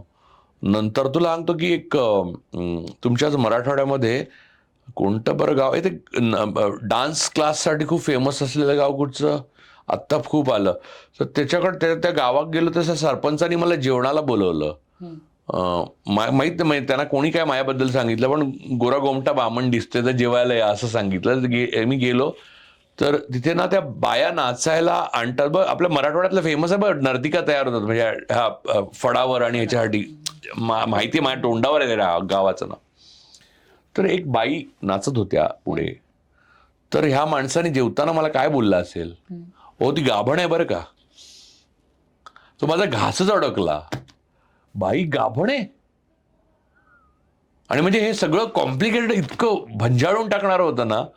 मी तुला आतापर्यंत माझ्या आयुष्याचा 1% भाग पण नाही सांगितलेला. तर मला असं वाटतं की इथपर्यंतच सांगितलं एवढा पुरे, कारण आज पचायला याच्यापेक्षा जास्त कठीण जाईल पुढचं खूप काय आहे. पण ते कटकटीचं आहे. हे फारच भयंकर आहे, बाई गाभण आहे. हो, हे वाक्य मी ऐकलं आणि माझ्या अजून लक्षात येते असं. आणि ते गावाचं नाव पण मी पटकन सांगू शकेन. अजून नर्तिका बनतात तिथे. सुंदर मुली ह्या वस्तू सारख्या वापरतात हे मला पहिल्यांदा मराठवाड्यात बीडमध्येच कळलं. आत्ता हे बीड पॅटर्न म्हणून बोंबलतायत ना, ओरडतायत. तर तू बीडची आहे ना? नाही, मग मी लातूरची. लातूरची आहे. हा, म्हणजे उत्तर प्रदेशचा माणूस अभिमानाने सांगतो नाही मी बिहारचा नाहीये, तसं चाललंय तुझं. कळलं का? हा, मग लातूरमध्ये पण मी भरपूर राहिलोय आणि लातूरमध्ये भूकंप जेव्हा झाला 93ला, तेव्हा मी लातूरमध्ये होतो. मी त्याच्यावर पण खूप काम केलंय. मी लॅरी बेकरांचं पुस्तक मराठीत आणलं.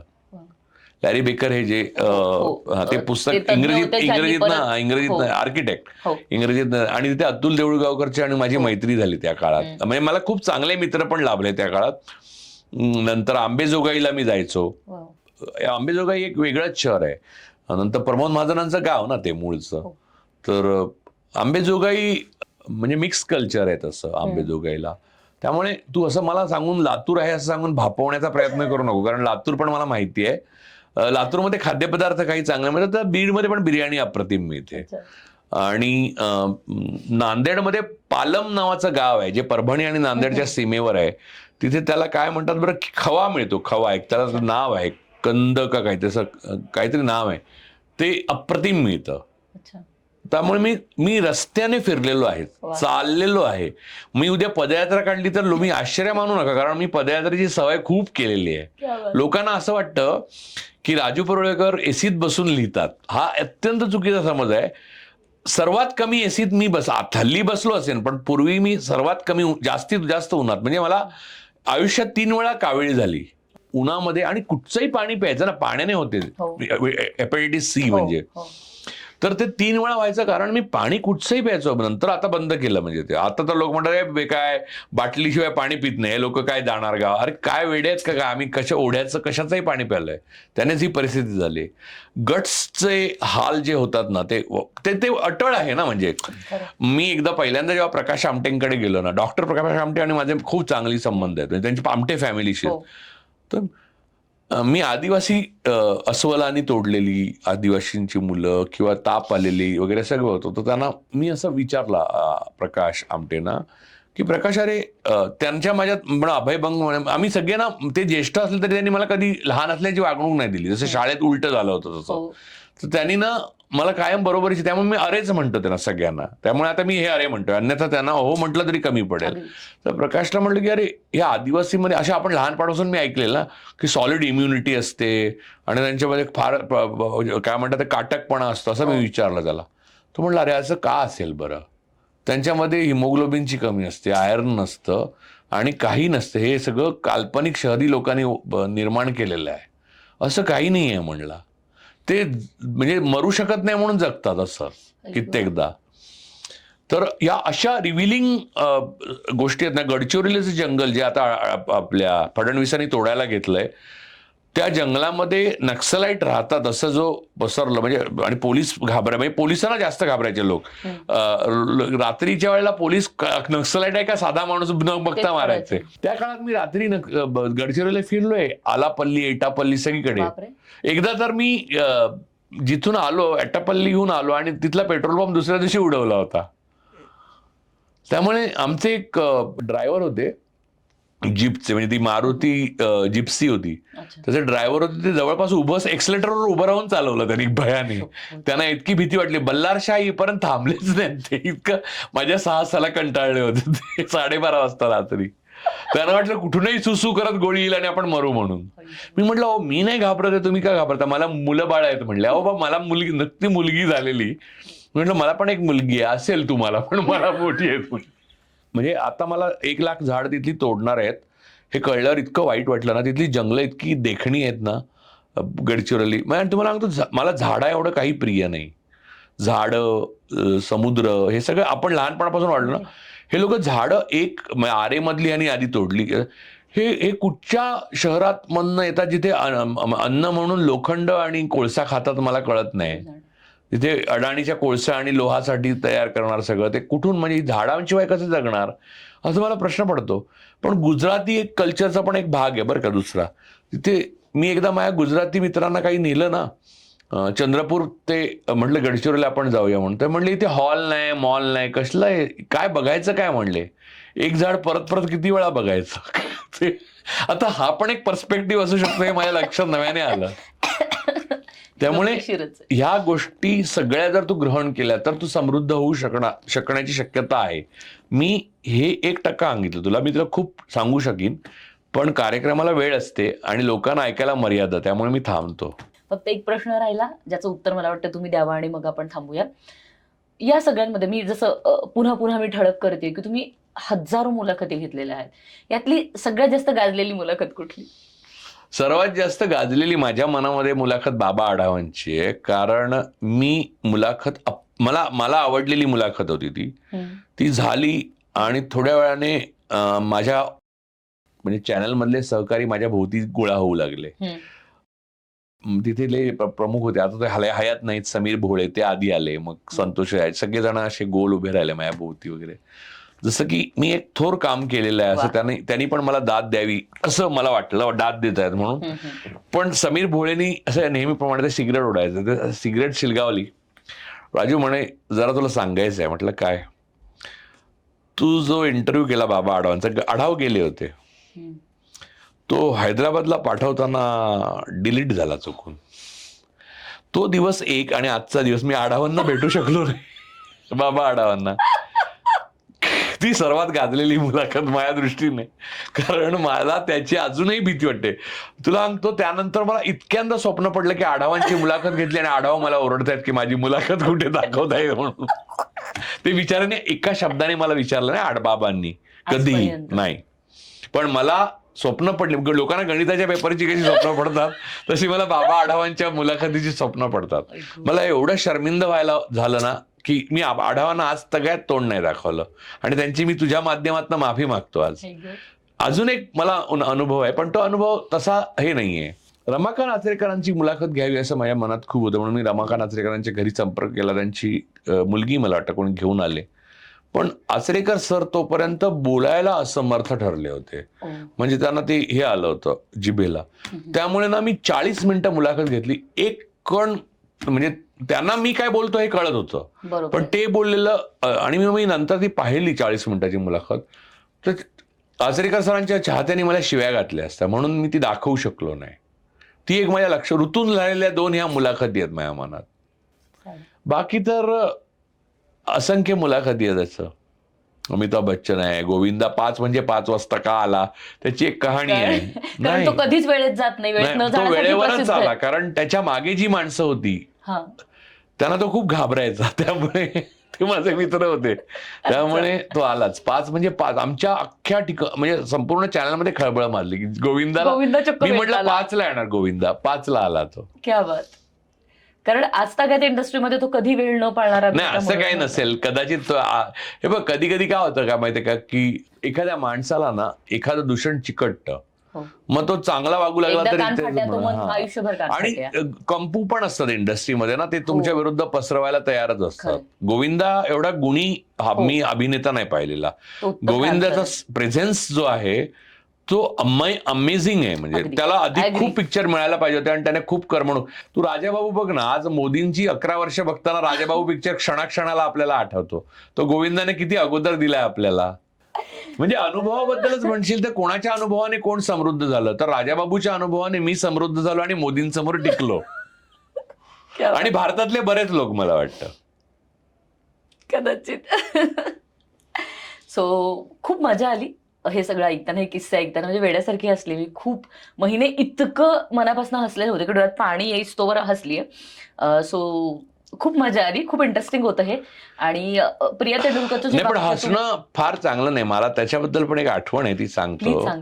माझ्या एका ज्येष्ठ मैत्रिणीचं पोटाचं ऑपरेशन झालेलं आणि मी तिला भेटायला मोसंबी घेऊन गेलो आणि हसवलं म्हणून टाके उचवले होते 2. खूप हसली आणि दुखायला लागलं रात्री तिला पोट, आणि डॉक्टरना परत तिला शिवावं लागलं होतं. त्यामुळे फार हसू नये बरं. माझं असं कुठलं ऑपरेशन. त्यामुळे मी असं ठरवलंय की स्टँडअप कॉमेडी आपण करायची, पण बाहेर पार्टी लावायची की ऑपरेशन लोकांनी येऊ नये.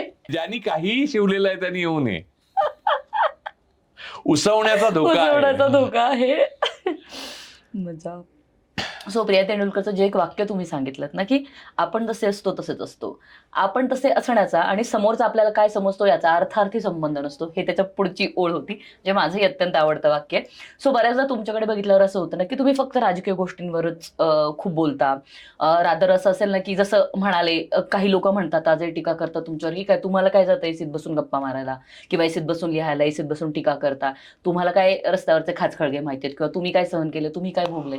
पण आज हे सगळं ऐकल्यावर भारतातलं तुला सांगतो, जसं बीडचं मी सांगितलं ना, तालुका गाव, तसं भारतातल्या बहुतेक प्रदेशांमधला तालुका गावापर्यंत मला इतकं माहिती आहे. मी इतका फिरलोय, मी पूर बघितलाय, मी दुष्काळ पाहिलाय. बघितलाय, भूकंप बघितलाय. भूकंप झाला ना ते कसं होतं की किल्लारीला भूकंप झाला, सगळं दुनियाभर किल्लारीला आली, हो हा ना. पण त्या बाजूची गावं होती ना, तिथेही खूप लोक मेले होते. हो हो तर मी ना होळी नावाच्या गावात गेलो संध्याकाळच्या वेळेला. माझ्याकडे फोटो आत्तापर्यंत होता, पण आता माहित नाही कुठे गेला. तुला सांगतो, होळी अख्खं गाव पडलेलं, एक माणूस जिवंत दिसला नाही मला तिकडे. संपूर्ण एक उभं गाव आदल्या दिवशी बोलत चालत वागत, मार्केट असेल, भांडत असतील, आनंद लग्न करत असतील, कोणाचं लग्न ठरवलं, सगळं गाव नष्ट झालेलं कम्प्लीट. असं असं असं चालत आतमध्ये ना त्या ह्याच्यातनं गेलो, डेब्रीज सगळा, म्हणजे प्रचंड ढीग होता सगळा. आणि आत गेलो ना आम्ही, एकदम माझ्याबरोबर काही माणसं होती. अतुल देऊळगावकर होता का नाही मला आता आठवत नाही, पण बाकी माणसं कोण होती माहितीये मला. हे होते ते आंबेजोगाईचे लोहिया होते, लोहिया सर होते. आत गेलो, होळी आणि सास्तूर या 2 गावांमध्ये मी गेलो. होळीमध्ये आतमध्ये चूल पेटवून पडलेल्या घरात एक म्हातारी वेडी झाली होती, भ्रमिष्ट, सगळी घरातली माणसं मेल्यामुळे, आणि एकटीच चूल पेटवून बसलेली ती. तिला उचलून शेवटी सायकेट्रिक ट्रीटमेंटसाठी न्यायला लागलं. तिला मी अशी बघितली ना, आणि तिने माझ्याकडे बघितलं, म्हणजे डोळे असे एकमेकांचे भिडले. मी फोटो काढला, तो होता माझ्याकडे. तुला सांगतो, ते चित्र मी कधीच विसरणार नाही. त्याच्यानंतर जेव्हा 25 वर्ष झाली किल्लारीच्या भूकंपाला, तेव्हा एक भला मोठा कार्यक्रम होता तिकडे. तेव्हा मी साधारण तिकडे गेले होते. काही अवशेष नाही म्हणता येणार, पण बऱ्यापैकी घरं उभारलेली आहेत तिथं. आता बाकी सगळं झालंय, पण आजही त्या खाणाखुणा सतत दिसत राहतात तिकडे. म्हणजे ते काय, मी कोविडच्या वेळेला जे पाहिलं ना, ते त्याहून भयानक होतं. म्हणजे तिथे तर निदान शासन संस्था पोहोचली होती. कोविडमध्ये शासन संस्थाच अनास्था होती, असमर्थ नव्हती, अनास्था होती. शासनाने 20 लाख खोटे आकडे सांगितले, कमी सांगितले, आणि ऑक्सिजन दिलं नाही. आणि बघा ना, आता देशपांडे नावाचे डॉक्टर पकडले, त्यांनी मुसलमानांना तर ऑक्सिजन देऊ नका म्हणून सांगितलं, त्याला मरू दे म्हणून. तिकडे लातूरकडे पण कुठले तरी डॉक्टर होते की त्यांचंही असं झालं की पेशंट होता, त्या बाबतीत हेच म्हटलं गेलं. असं नाही, किमान ह्या मानवी नसलेल्या नैसर्गिक आपत्तीमध्ये मानवी आपत्ती निर्माण करणाऱ्या वृत्ती नव्हत्या. आता ते पण होतं. म्हणजे तर शासकीय पातळीवर भेदभाव आणि मानवी मृत्यूला काहीच, आता ते 1 लाख झाडं कापतायत ना, ते 1 लाख माणसं कापायला सुद्धा मागे पुढे बघणार नाही. म्हणजे ते चिपको आंदोलन यशस्वी का झालं माहितीये? माणसांनी झाडाला मिठी मारल्यावर नाही, माणसांनी झाडाला मिठी मारल्यावर माणसांना कापू नये असा विचार करणारं सरकार असल्यामुळे.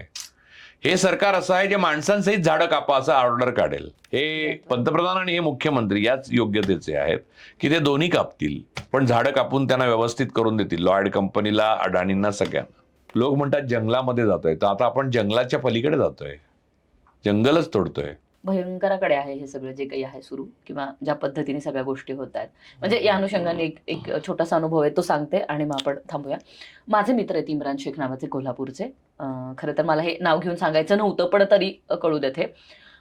तर जिल्हा परिषद, म्हणजे आम्ही डीएडला, मी जेव्हा डीएड शिकायला कोल्हापूरला होते, तर माझी बॅचमेट ते आणि आमची धनश्री नावाची एक मैत्रीण, असे दोघेच फक्त जिल्हा परिषदेच्या शाळांमध्ये लागले, बाकी आम्ही कोणीही लागलो नाही. इतका ब्रिलियंट मुलगा. हा, ते दाढी ठेवायचे, ते टोपी घालायचे, पण मला वाटतं हिंदू धर्माविषयी कमालीची आस्था असणारा मुसलमान असं म्हणून मी त्या माणसाकडे बघते, कारण मी 3 वर्ष त्यांच्यासोबत एकत्र काम केलं होतं, राहिले होते तिथे.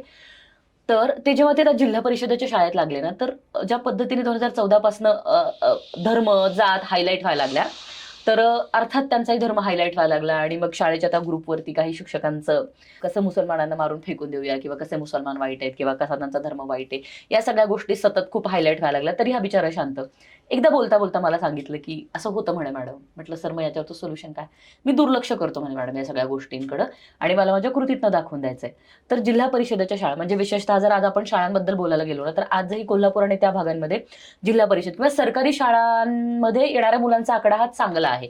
तिथे आजही इतका पेव फुटलेलं नाहीये खाजगी शाळांचं. शाळा आहेत, पण आजही सरकारी शाळांमध्ये जास्त विद्यार्थी जातात.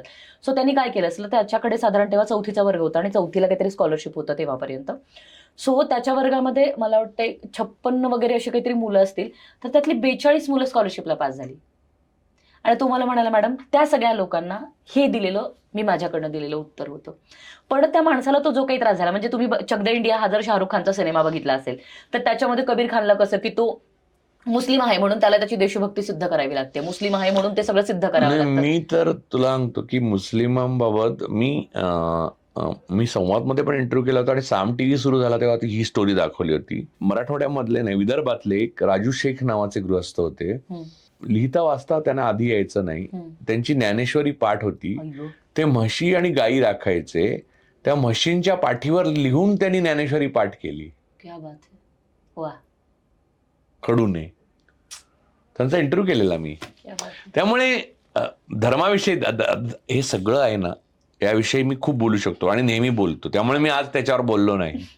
आज मी नाही, पण फक्त तुम्हाला तरी ती मनोरंजनासाठी आनंद देण्याकरता बोललो आणि कोणाला दुःख देऊन आनंद दिलेला नाही. मीच माझा मार खाल्लेला सांगून आनंद दिला तुम्हाला. पण मजा आली, खूप खूप इंटरेस्टिंग होता. आणि मला वाटतं या निमित्ताने लोकांनाही एक वेगळे राजू परुळेकर बघायला मिळणार आहेत. कारण ज्या राजू परुळेकरांवरती बऱ्याचदा आक्षेप घेतला जातो, जसं मी मगाशी म्हणाले की बाबा एसी मध्ये बसून लिहितात बोलतात, तर नाही. त्यांना अख्खा महाराष्ट्र माहितीये, मराठवाडा माहितीये, भारत माहितीये, जगातला अख्खा मला भारत बहुतेक माहितीये. देश माहितीये नीट. लोक सांगणार नाहीत तेवढं मी अचूक सांगू शकतो, कारण मी गेलोय स्वतः. मी जगामध्ये फिरतो. मी ह्याच्याबद्दल एक सांगतो, फिरण्याने खूप फायदा होतो. मी जगातला काही देश सोडा, आता रशिया राहिला माझा, चीन पण राहिला, 2 मोठे देश राहिले, पण अदरवाईज मी जगामध्ये इतक्या छोट्या छोट्या गावांपर्यंत एकटा पाठीवर लावून काहीतरी किंवा मित्राबरोबर किंवा काहीतरी कारणाने फिरलो की मला एवढं माहिती की या विमानतळावरनं बाहेर पडल्यावर हे बटन दाबल्यावर हे इथे टॅक्सी मिळते, हा माणूस इतक्या लेवलला मी सांगू शकतो की ते त्यांना आश्चर्य वाटतं. मला अनेक जण सांगतात तू ट्रॅव्हल एजन्सी का नाही काढत, तर म्हटलं ट्रॅव्हल एजन्सी काढणं म्हणजेच एकट्याने फिरण्याच्या माझ्या मूळ आयडियोलॉजीलाच ग्रहण लावताय तुम्ही. खरंय. सो मजा आली सर. Thank you. आणि थँक्यू सो मच. पहिल्यांदा तुम्ही मला वाटतंय एका वेगळ्या नोटवरती किंवा एका वेगळ्या विषयावरती, वेगळ्या अनुभवांवरती आमच्याकडे बोललाय. So thank you so much. I am glad की एका वेगळ्या नोटवर तुम्ही इथे बोललात. So thank you so much. Thank you. मंडळी, तुम्ही कुठेही जाऊ नका. Stay connected with us. Thank you so much.